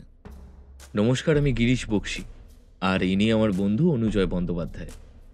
আমি কাকলি সেন। বলুন, কি জানবার আছে? আপনি আজ আপনার ছেলের ওখান থেকে ফিরলেন তো? হ্যাঁ, কিন্তু তাতে কি প্রমাণ হয় আমি মূর্তিটা নিয়েছি? না না, সেটা কখন বললাম? আমি শুধু জিজ্ঞেস করলাম আপনি ছেলের কাছে গিয়েছিলেন কিনা। সে আমি প্রত্যেক সপ্তাহেই যাই। আপনার ছেলেকেই এই বাড়িতে থাকতে দেওয়া হয় না কেন? কাকলি দেবী চুপ করে রইলেন। ছেলের কুকীর্তির কথা নিজের মুখে প্রকাশে ভাবনার অবকাশ ছেদ হল। আপনারা আমার কথায় বিশ্বাস করবেন? বলুন আপনি। ওর সম্বন্ধে যেসব কথা শুনেছেন সেগুলো সত্যি, কিন্তু ও বদলে গেছে, আর ওই ধরনের কোনো কাজও করে না। আপনি মূর্তিটা দেখেছিলেন? হ্যাঁ, অনেকবার। ছোট থেকে বাবার সাথে দোকানে গেলেই দেখতে পেতাম। হাতে নিয়ে দেখার সৌভাগ্য হয়নি? না, বাবা পছন্দ করতেন না সেটাতে কেউ হাত দিক। মূর্তিটা কে চুরি করতে পারে বলে আপনার মনে হয়? আপনার স্বামী করলে তো আপনি জানতেই পারতেন। মহিলা মৃদু হাসলেন। ঘাড়ের উপর বসে আছি বলে ওরা ভাবে আমাদের বড্ড লোভ। আমরা তো শুধু আশ্রয় চেয়েছিলাম, আর আমার স্বামী এই কাজ করবে এটা আমায় বিশ্বাস করতে বলবেন না। তাহলে কে নিতে পারে? সেটা খুঁজে বের করা তো আপনার কাজ। চলি। আর কেউ নেই। কাকলি দেবী উঠে চলে গেলেন। আমি আর গিরিশ ওখানেই বসে রইলাম। রাতে খাবার খাওয়ার পরে গিরিশ ঘরে পায়চারি করতে লাগলো। রাত তখন 10:30 গড়িয়েছে। এই গিরিশ, ঘুমোবে না নাকি? আজ ঘুম আসছে তোমার? আমার তো আসছে না। তাহলে স্বয়ং সত্যান্বেষী ঘোল খেয়ে গেল নাকি? হ্যাঁ? গিরিশ চিন্তিত মুখে বলল, ঠিক যেন লস্যি নয় তো? কি ভাবছো? চুরিটা কে করলো? অনুজয়, সব থেকে বড় কথা, চুরিটা করলো কেন? যদি ধরে নিই চুনিলাল চুরিটা করেছে, তাহলে এখনই কেন? আর কিছুদিন পর তো সে নিজে সেই মূর্তি রক্ষণাবেক্ষণের দায়িত্ব পাবে, তখন মূর্তিটা নিয়ে সে কি করলো সেটা তো... গিরিশ, তুমি একটা জিনিস ভুলে যাচ্ছ। উনি চুরি করলেন, নিশ্চয়ই চুরির তদন্তের ভার তোমাকে দিতে চাইতো না। দোকানে কি বলেছিল মনে আছে? মনে আছে, মনে আছে অনুজয়, মনে আছে। তাহলে ধরে নিলাম এই চুরিটা বিমলবাবুই করেছে। তাহলে কি মোটিভ থাকতে পারে বলে তোমার মনে হয়? কাল একটু খোঁজ খবর নিতে হবে সবার ব্যাপারে। পোকরাজবাবুর থেকে আরেকটা দিন সময় নিতে হতে পারে। এবার তাহলে ঘুমিয়ে পড়ো, আমার বড্ড ঘুম পাচ্ছে গো। পরদিন সকালে গিরিশ সকাল আন্দাজ 10টা নাগাদ বেরিয়ে পড়ল। আমায় বলে দিয়ে গেল, কেউ আমার সম্বন্ধে কিছু জিজ্ঞেস করলে বলবে আমি একটা বিশেষ কাজে গেছি। কোথায় গেছি তুমি জানো না, কেমন? কিন্তু তুমি যাচ্ছ কোথায়? আমিও জানি না, তবে বলতে পারো খবর সংগ্রহ করতে। আর কিছু তাকে বলার জন্য অপেক্ষা করল না। আমি আর কি করব, একাই বাড়িতে বসে রইলাম। ঘরে বসে সবে একটা সিগারেট শেষ করেছি, এমন সময় দরজায় কড়া নড়ে উঠল। আমি দরজার দিকে তাকাতেই দেখলাম চুনিলাল বাবু। আমি সিগারেটের দগ্ধাবশেষ অ্যাস্ট্রেতে ফেলে বললাম, আরে চুনিলাল বাবু, আসুন আসুন। গিরিশবাবু কই? তদন্তে বেরিয়েছেন? আমি তো ঠিক জানি না, আমাকে তো কিছু বলে যায়নি। ও, আপনি শুধু শুধু বসে আছেন কেন? চলুন, সামনে একটা ভালো জায়গা আছে, ঘুরে আসবেন, চলুন। গিরিশ যখন নেই তখন চলুন ঘুরে আসি। গিরিশ ফিরল তখন বিকেল 5:30। বসবার ঘরে বসে আমি আর হীরকবাবু চা খাচ্ছি। গিরিশকে দেখে তিনি বললেন, কি মশাই, তদন্ত কত দূর? শেষ পর্যায়ে। তাহলে ঝোলা থেকে বেড়াল বের করুন। গিরিশ মৃদু হাসল। তারপর চেয়ারে বসে বলল, বিড়ালকে তো বের করবই, কিন্তু তার সময় আসেনি এখনো। আপনি আজ চেম্বারে যাননি কেন? দুপুরের পর থেকে শরীর খারাপ বোধ হচ্ছিল, তাই আর গেলাম না। আপনি হোমিওপ্যাথিক চিকিৎসা করেন না নিশ্চয়ই? না, আমি অ্যালোপ্যাথি ডাক্তার। কলকাতা মেডিকেল কলেজে ফার্স্ট ক্লাসে পাস করেছিলাম, ঘরে বাঁধানো সার্টিফিকেট আছে। আরে আমি তো এমনি জিজ্ঞেস করছিলাম। বাদ দিন, আমায় একটা ওষুধ দেবেন তো, রাতে ভালো করে ঘুম আসে না আমার। ঘুমের আর দোষ কোথায়? সারাদিন ওই মগজ নিয়ে খেলা করলে কি আর সহজে স্থির হয়? অবশ্যই, তাছাড়া সত্য অন্বেষণে মূল অস্ত্র তো মগজ। আমাদের চায়ের পর্ব মিটল। হীরকবাবু ওষুধ আনতে গেলেন। এই ফাঁকে আমি গিরিশকে জিজ্ঞেস করলাম, এই কোথায় গিয়েছিলে? তদন্তে। আরে সেটা কোথায়, কোন জায়গায়? অনেক জায়গায় ঘুরেছি, নাম কি মনে রেখেছি নাকি? খাওয়া দাওয়া কি বাইরেই করলে? ওই দুপুরে একটা ভাতের হোটেলে মাছ ভাত খেলাম। হীরকবাবু ওষুধ নিয়ে এসে গিরিশকে ওষুধ খাবার সময় বুঝিয়ে দিতে লাগলেন। রাত্রে খাবার ঠিক 8 ঘন্টা আগে এটা খেয়ে 1 গ্লাস গরম দুধ খেয়ে নেবেন। খাবার পর একটু মৃদু হাঁটাহাঁটি করবেন। আর হ্যাঁ, ধূমপান জিনিসটা মোটেই করবেন না। আমার কাছেই 2টো ওষুধ পড়েছিল, এ 2টো শেষ হলে প্রেসক্রিপশন দেখিয়ে কিনে নেবেন। ধন্যবাদ হীরকবাবু। আপনার কত ফিস দিতে হবে? ওসবের কোনো প্রয়োজন নেই, স্বয়ং সত্যান্বেষীর প্রয়োজনে আসতে পেরেছি, এই তো অনেক। গিরিশ বিশ্রাম নেবে বলে ঘরে চলে এলো। আন্দাজ 7টা নাগাদ পোখরাজবাবু গিরিশের সাথে কথা বলতে এলেন। এ কি গিরিশ, তুমি কোথাও গেছিলে নাকি ওই কাউকে না বলে? মাফ করবেন সেনমশাই, বললে হয়তো পাখি পালিয়ে যেতে পারত। পালিয়ে যেত? কে সে? আর আমার আমার ওই মূর্তি? সব বলবো, আপনি আগে বাড়ির সমস্ত লোকজনকে বসবার ঘরে নিয়ে আসুন। বড় ঘরের উপর থেকে ঝাড়বাতি ঝুলছে। জিজ্ঞাসু দৃষ্টিতে তাকিয়ে আছে বাড়ির সকলে। বাড়ির মেয়ে বউরা দরজার কাছে দাঁড়িয়ে আছে। নাও গিরিশ, শুরু করো। এখনো সময় হয়নি পোখরাজবাবু, আরেকজনের আসার কথা। বিমলবাবু একটু বাইরে গিয়ে দেখুন তো নির্মল আসছে কিনা। নির্মল আসছে এই কথা শুনে সকলেই অবাক হলো। একে অপরের মুখ চাওয়াচাই করল। ওই বাড়িতে আসবে কেন? হ্যাঁ, ওকে তো আমি বের করে। বিমলবাবু নির্মলকে নিয়ে এলো। তার বয়স আন্দাজ 21-22। সে এসে তার মায়ের পাশে দাঁড়ালো। তাহলে সবটা গোড়া থেকেই শুরু করি। পোখরাজবাবুর 2 ছেলে ও 1 মেয়ে। বড় ছেলে হীরক ডাক্তার, ব্যবসার কোনো কিছুতে এসে থাকে না, তার সে বিষয়ে আগ্রহ নেই বলা যায়, এবং তিনি একজন নামকরা ডাক্তার।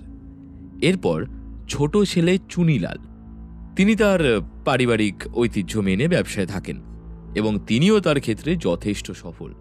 এরপর বাড়ির জামাই বিমলবাবু, তিনি আগে কলকাতায় একটি কোম্পানিতে কাজ করতেন। তারপর টাকা সংক্রান্ত একটা গোলযোগ হওয়ার জন্য ওনারা বিমলবাবুকে কাজ থেকে বহিষ্কার করেন। কর্মহীন জামাইও মেয়েকে নিজের বাড়িতে নিয়ে এলেন পোখরাজবাবু। বিমলবাবুকে জিজ্ঞেস করলে বলেন ক্রমাগত অসম্মানের কারণেই উনি চাকরি ছেড়ে বেরিয়ে এসেছিলেন, কিন্তু বিষয়টা সম্পূর্ণ উল্টো। প্রায় 2000 টাকা তহবিল থেকে উনি চুরি করেন এবং এখানে চলে আসেন। পোখরাজবাবু পরে পুরোটাই জানতে পারেন এবং যথারীতি চুপ করে থাকেন। তারপর সব ঠিকঠাক চলছিল, কিন্তু আবার চুরি হলো পারিবারিক মূল্যবান সম্পদ গণেশ মূর্তি। যদিও বাড়ির সকলে ভাবে যে আমি মূর্তিটা চুরি করেছি। গিরিশবাবু, আমি কোম্পানির টাকা নিলেও এই মূর্তি আমি নিইনি। বিশ্বাস করুন আমায়, আপনি একটিবার আমায় বিশ্বাস করুন। ছি জামাইবাবু, তোমার টাকার প্রয়োজন হলে আমায় বলতে পারতে। আমরা কি তোমার কোনো অভাব রেখেছিলাম বলো? চুনিলাল বাবু, অযথা উত্তেজিত হবেন না। আমি কিন্তু বলিনি উনি মূর্তিটা চুরি করেছেন। মূর্তিটা তো আপনিও চুরি করে থাকতে পারেন। আপনি কি বলতে চাইছেন? আমি কেন মূর্তি চুরি করব? আর কিছুদিন পর তো এই মূর্তি আমার দায়িত্বেই থাকবে। দেখতে গেলে আপনি মূর্তিটা চুরি করলে কারোর কোনো সন্দেহই তো হবে না। যেদিন চুরি হয় সেদিন তো আপনি একাই দোকানে ছিলেন, বিমলবাবু তো জাননি। সেটা আপনি নিজের মুখেই স্বীকার করেছেন গতকাল। আর আমি খোঁজ নিয়ে জেনেছি আপনার ছেলের পড়াশোনাতে বেশ ভালো রকম খরচ করেছেন, বাজারে ধারও রয়েছে অনেক। আমি চুরি করলে তো আর আপনাকে ডেকে আনবার কথা ভাবতাম না। সেটা তো সকলের চোখে ধুলো দেওয়ার জন্য হয়ে থাকতে পারে। আমার আর কিছু বলার নেই গিরিশবাবু, আপনাকে কিচ্ছু বলার নেই। গিরিশ মুচকি হেসে বলল, আচ্ছা এবার বলুন তো হীরকবাবু, আমায় যে ওষুধটা খানিক আগে দিলেন সেটা কবে কিনেছেন? হীরকবাবু খানিক থতমত খেয়ে বললেন, তা তা প্রায় সপ্তাহখানেক আগে। সেখান থেকে আপনার বোনকে 6টি ওষুধ আলাদা করে দিয়েছিলেন, কি ঠিক বলছি তো? হ্যাঁ হ্যাঁ দিয়েছিলাম, কিন্তু তাতে কি প্রমাণ হয়? কিছুই তেমন না, তবে মূর্তি চুরির রাতে ওই ওষুধটা কাজে লেগেছিল কিনা। না, মিথ্যে। আপনি মিথ্যে কথা বলছেন। আমার রাতে মাঝে মাঝে ঘুম আসে না, তাই দাদার থেকে। আর কত মিথ্যে কথা বলবেন কাকুলি দেবী, এবার অন্তত সত্যিটা স্বীকার করুন। কি কি সত্যির কথা বলছেন আপনি? সত্যান্বেষী রূপে আপনাকে সম্মান করতাম, কিন্তু আপনিও যে মাঝে মাঝে বোকার মতো কথা বলেন সেটা কিন্তু জানা ছিল না। আরো অনেক কিছু জানবেন, দেখবেন। কিন্তু আপনি যে আপনার বোনের অসুস্থতার জন্য এই ওষুধ দেননি সেটা নিশ্চিত। যদি নাও দিয়ে থাকি তাতে কি প্রমাণ হয় গিরিশবাবু? প্রমাণ হয় এই যে আপনি আপনার বোনের সাথে হাত মিলিয়ে মূর্তিটা চুরি করেছেন। আমি কেন মূর্তি চুরি করতে যাব? মূর্তিতে আমার কি লাভ আছে? খানিক আগেই তো আপনি বললেন আমি নাকি একজন নামকরা ডাক্তার। অতিরিক্ত অর্থের আমার কি প্রয়োজন? আমি খোঁজ নিয়ে জানতে পেরেছি আপনি একজনের ভুল চিকিৎসা করায় আপনার চেম্বার বন্ধ হয়ে গিয়েছে, এমনকি হাসপাতাল থেকেও আপনাকে বহিষ্কার করা হয়েছে। দ্রুত মুখের ভাব বদলে যেতে লাগলো হীরকবাবুর। নিশ্চুপ হয়ে বসে রইলেন তিনি। গিরিশ বলতে লাগলো, সেদিন রাতে কেবল আপনি ও আপনার বোন ছাড়া প্রত্যেকেই ওই ঘুমের ওষুধ মেশানো খাবার খেয়েছিল, এবং তারা গভীর নিদ্রায় মগ্ন হলে আপনারা দুজনে মিলে ওই মূর্তি চুরি করতে গিয়েছিলেন। আপনার কাছে কোন প্রমাণ আছে যে মূর্তি চুরি করতে গিয়েছিলাম আমি? আর মূর্তি বের করতে গেলে তো নম্বর দিতে হয়, তাই না? সেই নম্বর বাবা কাউকে বলেননি। ছোটবেলায় আপনি তো বাবার সাথে যেতেন, ওই নাম্বারটি আপনার মনে থেকে গিয়েছিল। কিন্তু আমি কেন চুরি করব মূর্তিটা? আমার কি প্রয়োজন চুরি করার? নিজের ছেলের ও দাদার কথায়। কাকলি দেবী চুপ করলেন। এতক্ষণ প্রবল আক্রোশে গিরিশের সাথে কথা বলছিলেন। নিজের দাদার দিকে ক্রুদ্ধ দৃষ্টিতে তাকিয়ে তিনি চুপ করে রইলেন। বিমলবাবু এখানে বেশ ভালোভাবেই কাজ করছিলেন। পূর্ববর্তী কাজের জন্য তিনি অনুতপ্ত ছিলেন, কিন্তু টাকা সংক্রান্ত কোনো গলদ হলেই তাকে সন্দেহ করা হতো। একবার তো তার পাঞ্জাবির পকেট তল্লাশি করেন চুনিলাল বাবু, কিন্তু সেই সময় দোকানে বাবাকে খাবার দিতে যাচ্ছিল বছর 12-13 কিশোর নির্মল। নিজের বাবাকে ওইভাবে অপমানিত হতে দেখে তার মনে বড় কষ্ট হয়। পরিকল্পনা করতে শুরু করে সেই দিন থেকেই। কিছুদিন পর সেই রাগ তার মিলিয়ে যায়। কলেজে ভর্তি হয় নির্মল। বন্ধুদের পাল্লায় পড়ে ধূমপান মাদক সেবন শুরু করে। এখানেই শেষ নয়, যৌনপল্লীতে যাতায়াত করতে শুরু করে। প্রায় অনেক টাকা ধার হয়ে যায়। টাকার জন্য এখানে আসে, কিন্তু টাকার জন্য বাবাকে বলতে পারে না। কোন মুখে সে যৌনপল্লীর টাকা মেটানোর জন্য টাকা চাইবে? তার বাবাও ছোট মামা যখন খরিদ্দার সামলাতে ব্যস্ত, তখন সে দোকানের ক্যাশ থেকে 500 টাকা চুরি করে। সেদিন রাতে বাড়িতে একটা গোলযোগ শুরু হয়। চুনিলাল বাবু, হীরক বাবু দুজনেই সন্দেহ করেন বিমল বাবু করেছেন, কিন্তু নির্মল নিজের বাবার এই অপমান মেনে নিতে পারে না। সে পুরো কথাটা খুলে বলে, এবং সেই দিনই তাকে বাড়ি থেকে বের করে দেন পোখরাজ বাবু। গিরিশ কিছুক্ষণের জন্য চুপ করল। কিন্তু এই মূর্তিটা? বলছি, সেদিন সন্ধে থেকেই বৃষ্টি শুরু হয়েছিল। সেদিনই মূর্তি চুরির পরিকল্পনা করেন কাকুলি দেবী। কি কাকুলি দেবী, এবারেও বলবেন আপনি এর সাথে জড়িত নন? সেদিন বিমলবাবুর সাথে এই নিয়েই তো কথা কাটাকাটি হয় আপনার। এই সময় কাকলি দেবী মুখ থেকে আফসোসসূচক মৃদু কিছু একটা শব্দ করলেন, তারপর পালিয়ে যেতে চেষ্টা করলেন। গিরিশ তার উদ্দেশ্যে বলল, পালিয়ে গিয়েও কোনো লাভ হবে না কাকুলি দেবী, দারোয়ান দরজায় তালা দিয়ে দিয়েছে। হতাশভাবে তিনি বসে পড়লেন। বিমলবাবু এগিয়ে গেলেন তার কাছে। হীরকবাবুর টাকার প্রয়োজন ছিল অনেকটা। তার অপরাধ চাপা দিতে গিয়ে তিনি রোগীর পরিবারকে প্রচুর অর্থ দিতে থাকেন। তাতেও যখন তারা রাজি হন না, তখন তাদের গুন্ডা পাঠিয়ে ভয় দেখাতে থাকেন তিনি। মূর্তিটা তার কাছে দিলে তিনি নির্মলকে তার ডাক্তারের চেম্বারে কাজ দেবেন বলেছিলেন, এবং কথা হয় রত্ন কাকুলি দেবী নেবেন আর মূর্তি হীরকবাবু। এমনই কথা হয় তাদের মধ্যে। তাহলে আমায় আপনি ওই কথাগুলো বলছিলেন কেন? নির্মল বারবার চেয়েছিল কাজটা এমনভাবে করতে যাতে সব সন্দেহ আপনার ওপর পড়ে। হ্যাঁ, আমার বাবা চুরি না করলেও বাবাকে চোর বলেছে ওরা।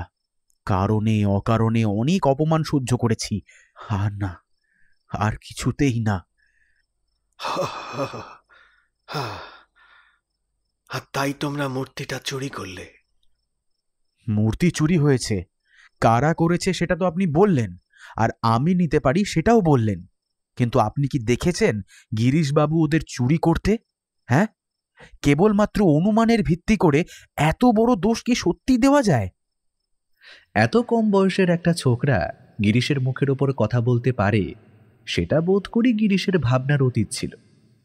নিজের কণ্ঠস্বর স্বাভাবিক রেখেই সে বলল,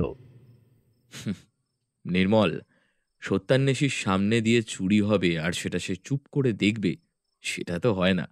আর চুরি হবার অনেক পরে আমি এসছি, তাও নিজে থেকে না, তোমার দাদুর নিমন্ত্রণে। তাহলে আপনি কি করে বলতে পারেন যে ওরা চুরি করেছে? চুরির মাল কি ওদের ঘরে রয়েছে? না, সেটা আমি দেখিনি, কিন্তু তল্লাশি করলে যে পাওয়া যাবে না সেটা তুমি জোর গলায় বলতে পারবে? হ্যাঁ, পারবো। পারবে এই কারণেই, কারণ মূর্তিটা তোমার সাথেই আছে, তাই। নির্মল নিজের কাঁধের ব্যাগটা চেপে ধরল। তোমাদের দুজনের জন্যে আমার লজ্জায় মাথা কাটা যাচ্ছে। আর এই কুলাঙ্গার, তুই কি ভেবেছিস? হ্যাঁ, এই মূর্তি চুরি করলেই সব সমস্যার সমাধান হয়ে যাবে? এই বাড়িতে আমার মান সম্মান সব কিছু বেড়ে যাবে নাকি? নাকি আগের হওয়া অপমানগুলো সব মুছে যাবে? কিচ্ছু হবে না, কিচ্ছু হবে না। বাবা, শেষে তুমিও আমায় ভুল বুঝলে। তুমি চাওনি আমরা আলাদা থাকি, এই বাড়ি ছেড়ে বেরিয়ে।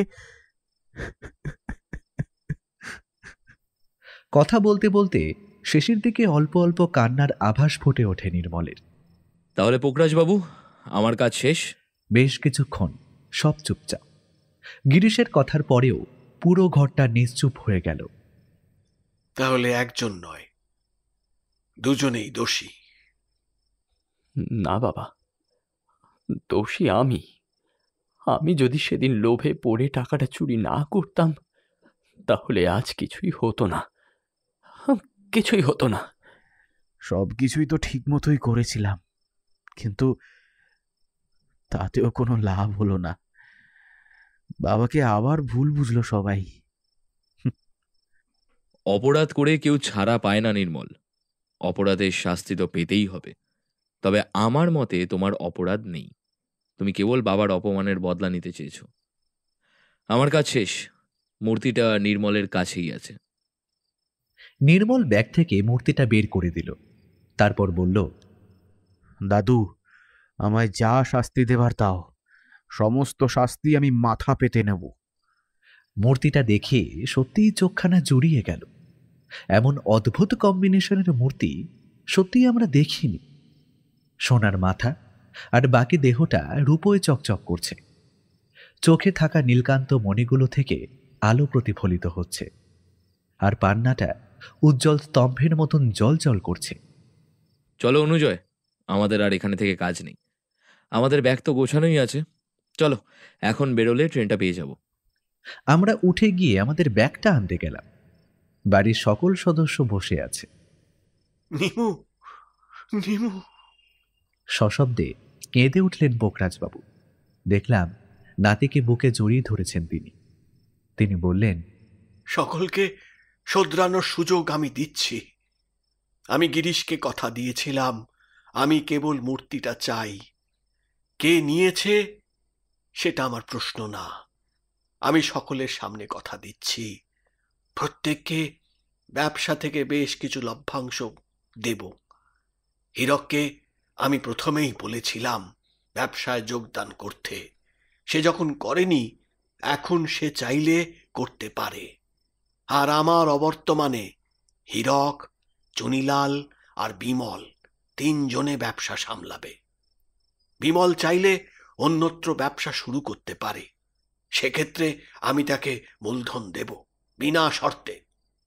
আর নিমু, তোদের ওপর আমি অনেক অন্যায় করেছি বাবা, তোকে বাড়ি থেকে বের করে দিয়েছি।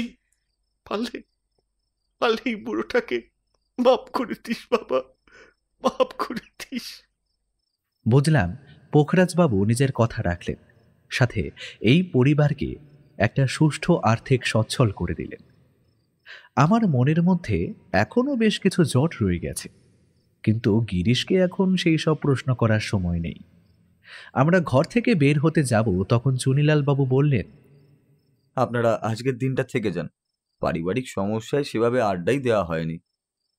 হ্যাঁ হ্যাঁ গিরিশবাবু, আজকের দিনটা না হয়। তোমরা যখন এত করে বলছো, কি অনুজয়, থাকবে নাকি আরেকটা দিন? আমি আর কি বলবো, তুমি যেথায় আমিও সেথায়। সেই দিন রাতটা সকলের সাথে গল্প করে আড্ডা দিয়ে ভালোই কাটল। পরদিন সকালে হ্যারিসন রোডের বাড়িতে ফিরে এসে গিরিশকে প্রশ্ন করলাম, তুমি কি করে বুঝলে যে মূর্তিটা কে নিয়েছে?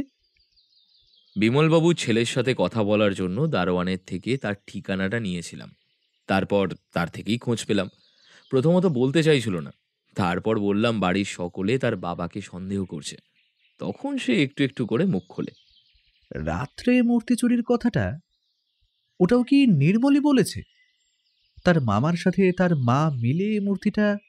সেদিন রাতে কাকুলি দেবী আর বিমলবাবুর মধ্যে কথা কাটাকাটি হয়, সে তো জানোই। আর সে বিষয়ে যে মূর্তি, সেটাও জানো। হীরকবাবু নিজের বোনকে চাপ দিচ্ছিলেন মূর্তিটা চুরির জন্য, কারণ টাকার আসল দরকার ছিল তারও। ছেলে ডাক্তারি পড়ছে, মেয়ের বিয়ে বছর কয়েকের পর। বোনের সাথে পরামর্শ করে তিনি খাবারে ঘুমের ওষুধ মেশালেন। বিমলবাবু সবই জানতেন, বারণও করেছিলেন, কিন্তু ওরা শোনেনি। তারপর ওনারা দুজন মিলে মূর্তি চুরি করতে যান। কাকুলি দেবী নম্বর জানতেন, মূর্তিটা সম্ভবত তিনিই বার করেন। তুমি হয়তো একটা বিষয় খেয়াল করনি, সেটা হলো কাঁচের পাল্লায় রবারের কিছু দিয়ে ধরার চিহ্ন। সেটা প্রথমে খেয়াল করিনি, কিন্তু পরে হীরকবাবুর হাতে প্রেশার মাপার যন্ত্রটা দেখে হঠাৎ করেই খেয়াল হয়। আর মূর্তিটা চুরির পর কাকুলি দেবী যে নিজের ছেলের কাছে সেটা নিয়ে গিয়েছিলেন, সেটা নিশ্চয়ই বুঝতে পেরেছ।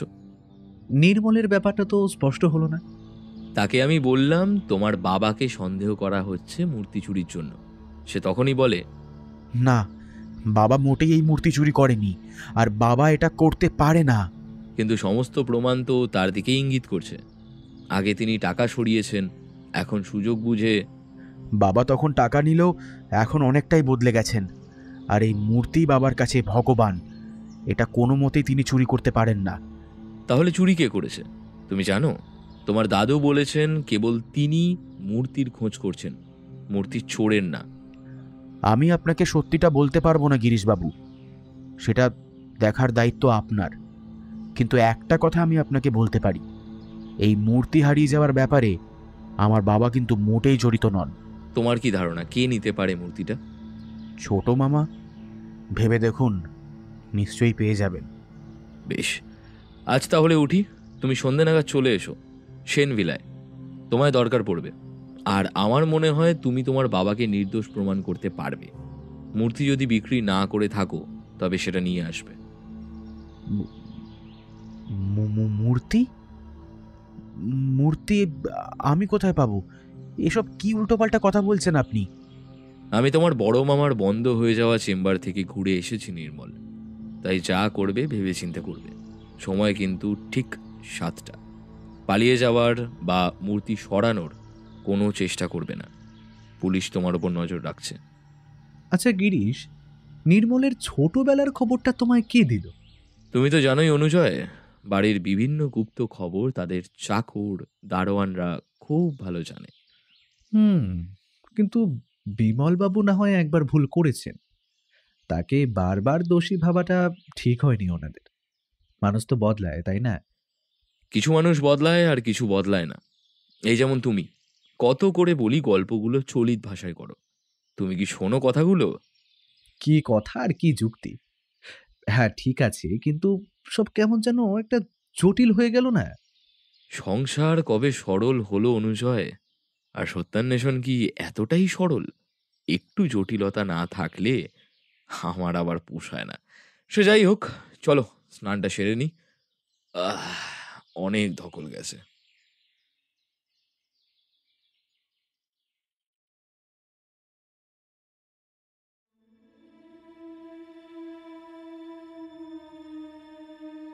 আজকের গল্পে অন্যান্য চরিত্রে অভিনয় করেছেন রাজ, বুবাই, বাল্মীকি, দীপ্তিমান, রমাকান্ত, প্রাহি, শ্রাবণী, অরূপ ও Shubhankar. Scripting Titli, sound editing D tune production, poster Shubhankar. গল্পটা কেমন লাগলো আপনাদের সেটা কমেন্ট বক্সে কমেন্ট করে জানাবেন। এমনই বিভিন্ন ধরনের গল্প শোনার জন্য আমাদের চ্যানেলটা সাবস্ক্রাইব করে রাখুন। আজকের মতো বিদায় নিলাম। ভালো থাকবেন এবং সবাইকে ভালো রাখার চেষ্টা করবেন।